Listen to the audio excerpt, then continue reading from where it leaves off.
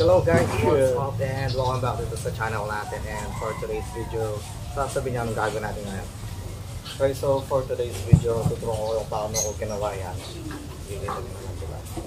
So, kung bago ka lang dito sa channel ko, please subscribe din sa baba, tsaka yung notification button. See you guys! I got that kind of...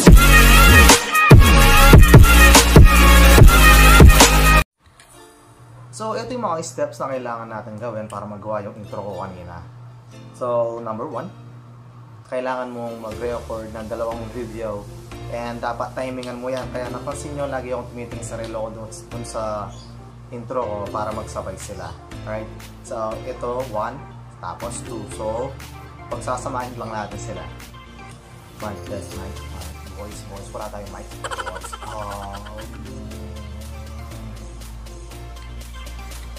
Then, step 2, kailangan mo magkaroon ng Power Director or KineMaster or kahit anong video editing man yan. Basta kahit ano, pwede na yun. Sobrang dali lang to. Bali, parang 2 steps lang siya or 3 steps. And the last one, the last step, save mo lang siya. Ganun lang kadali. So, ito siya papagita ko kung paano ako dali. Kaya siya. Guys, gamit ko is KineMaster. Sobrang dali lang niya, papagito ko. Mag-new project ako. Tapos yung size niya. Tapos una sa media. Tapos hanapin mo dito yung yung record na rin. So ayan siya. Tapos punta kang layer. Tapos media. Kunin natin yung pangalawang video natin. Tapos dito, yung makikita nyo yung sa katabi ng cut, yung split screen. So, split lang natin siya dun sa left. Tapos adjust natin. And tingnan natin siya kung tatama siya. So, ayun. Okay siya, walang tumama sa kabilaan. So, try natin siya.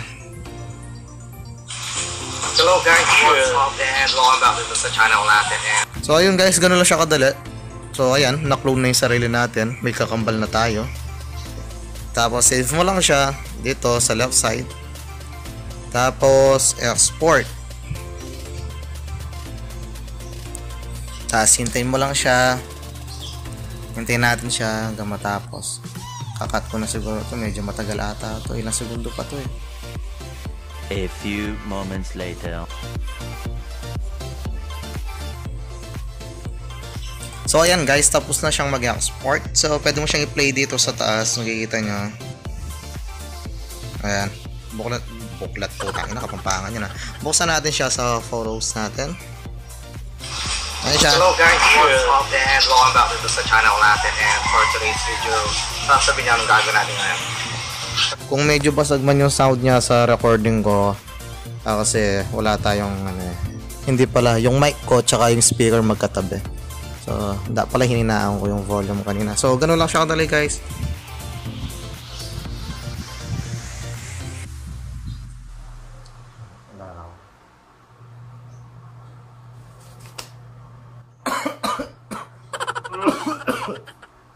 So, ayun, ganun lang siya kadali guys.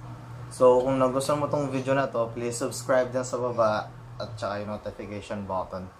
And kung meron pang gustong malaman kung ano pwede mong gawin sa mga video mo, gamit ng cellphone mo lang, please comment ka lang dyan sa baba. At supportan ko kayo, supportan nyo rin ako para dumami pa itong mga tutorial natin para sa ating mga malilit na vloggers. Okay, so thanks so much for watching and see you guys sa my next video. Peace out.